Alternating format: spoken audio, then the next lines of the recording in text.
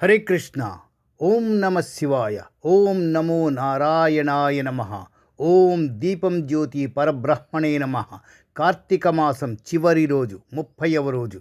కార్తీక మాసం చివరి రోజు అంటే ఆధ్యాత్మిక యాత్రలో ఒక ముగింపు కాదు, మరొక కొత్త మొదలు. ఈ నెల పొడవునా తపస్సు, దీపారాధన, విరాళం, జపం, స్నానం, భక్తి అన్నీ పరిపూర్ణంగా అంకితం చేసిన తుది క్షణం ఇది. ఈరోజు మనం గత 29 రోజుల్లో చేసిన భక్తిపూర్వక సాధనకి శిఖరోత్సవం లాంటిది. మన హృదయంలో పాపాల్ని చీల్చిన దీపం ఇప్పుడు జ్ఞానాన్ని వెలిగించాలి.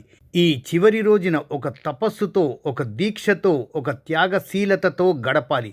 కార్తీక మాసంలో ప్రతిరోజు చేసిన సత్యనారాయణ వ్రతాలు, హరికి దీపారాధనలు, గంగా స్నానాలు ఇవన్నీ పుణ్య ఫలితానికి దారితీసేవే. ఈ మాసం చివరి రోజు మనం చేసిన ప్రతి చిన్న పుణ్యకార్యం దైవానికి చేరిన నివేదనగా భావించాలి. ఇంటి ముందు పెట్టిన ఒక దీపం, ఒక జపమంత్రం, ఒక సన్యాసికి ఇచ్చిన దానం ఇవన్నీ జీవితానికి ఆధ్యాత్మిక వెలుగులు చూపించే మార్గదర్శకాలు. దీపజ్యోతి పరబ్రహ్మ దీపం సర్వతమోపహం దీపేన సాధ్యతే సర్వం సందృష్టం న తుల్యతాం. అంటే దీపం పరబ్రహ్మ స్వరూపం, అది చీకటిని తొలగిస్తుంది. దీపం ద్వారా అన్నీ సాధ్యమవుతాయి. అంతటి పవిత్రమైన దీపారాధనతో కార్తీక మాసానికి ముగింపు ఇవ్వడం పరమ పవిత్రమైన కార్యం. ఈ మాసం చివరి రోజు ముఖ్యంగా ఉత్థాన ద్వాదశి లేదా చంద్రోదయ ప్రాప్తి వంటి కొన్ని తేదీల్లో వస్తే మరింత పవిత్రత కలిగిస్తుంది. కార్తీక దీపాలు నదుల్లో వదలటం, ఆకాశ దీపాలు వెలిగించటం, గోవులకు పూజ చేయటం ద్వారా మనం భగవంతునికి నేరుగా సేవ చేస్తాం.